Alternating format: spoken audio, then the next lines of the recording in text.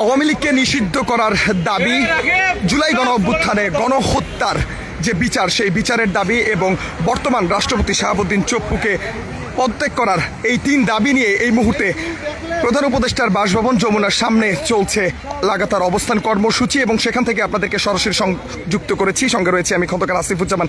দর্শক, আপনাদেরকে এই মুহূর্তে কাকরাইল মসজিদের সামনে দিয়ে প্রধান উপদেষ্টার বাসভবনে যাওয়ার যে প্রবেশদ্বার, সেই প্রবেশদ্বারের সামনে থেকে সংযুক্ত করেছি এবং যেমনটি আপনারা দেখতে পাচ্ছেন পেছনেই পুলিশের ব্যারিকেড এবং ছাত্র জনতা এই মুহূর্তে কাকরাইল মসজিদের সামনের যে প্রবেশদ্বার রয়েছে সেই প্রবেশদ্বারের সামনে জড়ো হয়েছেন এবং তারা ভেতরে যাওয়ার জন্য চেষ্টা করছেন এবং যেমনটি আপনাদেরকে দেখানোর চেষ্টা করছিলাম যে পুলিশের ব্যারিকেড এবং সেই পুলিশের ব্যারিকেডের মধ্য দিয়েই কিন্তু এই মুহূর্তে চলছে ছাত্র জনতার যেই আওয়ামী লীগকে নিষিদ্ধ করার যে কর্মসূচি, সেই কর্মসূচির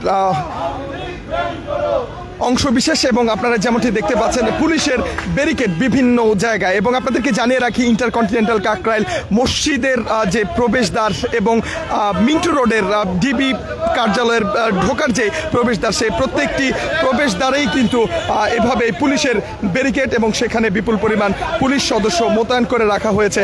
এবং আমরা দেখতে পাচ্ছি এই মুহূর্তে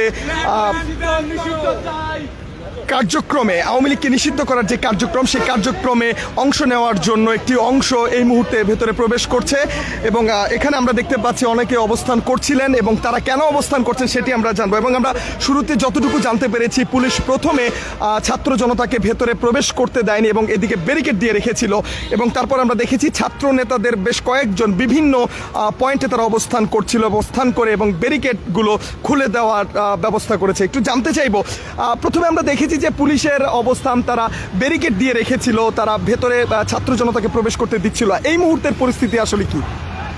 আমরা এখানে আসছি মূলত আওয়ামী লীগকে নিষিদ্ধের দাবিতে, একটা খুনি সংগঠনকে নিষিদ্ধের দাবিতে। এই রাস্তাটা জনগণের রাস্তা, ইউনূস সরকারকে জনগণ বসিয়েছিল। জনগণ যে 5ই আগস্টের যে 36 জুলাইয়ের যে স্পিরিট নিয়ে ইউনূসকে বসিয়েছিল যে ফেসিবাদের বিলোপ করবে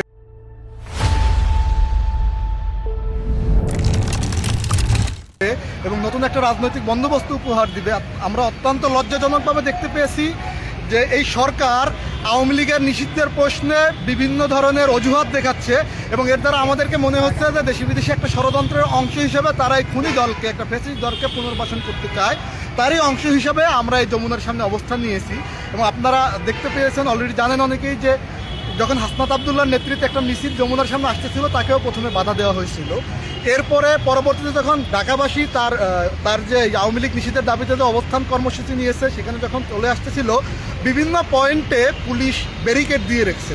অত্যন্ত একটা লজ্জাজনক। পুলিশ আওয়ামী লীগ রাস্তায় রাস্তায় ঘুরে এবং আমার ভাইদেরকে, এখন ভাইদের উপরে আক্রমণ করে। সেখানে পুলিশের দায়িত্ব ছিল নিষিদ্ধ ঘোষিত ছাত্রলীগকে গ্রেপ্তার করা, খুনি আওয়ামী লীগকে গ্রেপ্তার করা। সেটা না করে তারা আমাদের এই যে যৌক্তিক আন্দোলন, জনগণের যে দাবি, যে জনগণ 5ই আগস্ট আওয়ামী লীগকে দেশ থেকে উৎখাত করেছে, সেই আওয়ামী লীগ নিষিদ্ধের দাবির সমাবেশকে আটকানোর চেষ্টা করেছিল এবং এখানে একটি জলকামানও এসেছিল।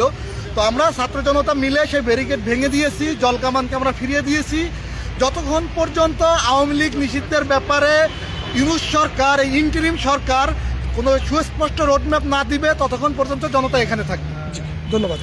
দর্শক, কথা বলছিলাম আমরা একজন ছাত্র নেতার সাথে এবং তিনি যেমনটি জানাচ্ছিলেন, যখন হাসনাত আবদুল্লাহ সামাজিক যোগাযোগ মাধ্যমে আওয়ামী লীগের কার্যক্রম নিষিদ্ধ এবং পাশাপাশি আওয়ামী লীগের বিচার এবং বর্তমান রাষ্ট্রপতি শাহাবুদ্দিনকে পদত্যাগের দাবি নিয়ে তারা যখন এখানে অবস্থান কর্মসূচি পালন করছিল, ঠিক সেই সময়টাতে বিভিন্ন যে প্রবেশদ্বারগুলো রয়েছে সেই প্রবেশদ্বারগুলোতে পুলিশের ব্যারিকেড ছিল এবং একটা পর্যায়ে যখন ছাত্র জনতা ভেতরে প্রবেশ করতে চায় এবং পুলিশের ব্যারিকেড থাকে, তখন ছাত্র নেতাদের মধ্য থেকে কয়েকজন এখানে ছুটে আসেন এবং তারা পুলিশের সাথে কথা বলে তারা সেই ব্যারিকেডটি সরিয়ে দেন এবং এই মুহূর্তে কাকরাইল মসজিদের পাশ দিয়ে যে প্রধান উপদেষ্টার বাসভবনের সামনে যাওয়ার যে প্রবেশদ্বার, সেটিতে পুলিশের ব্যারিকেড থাকলেও ছাত্র জনতা যাতায়াত করতে পারছে।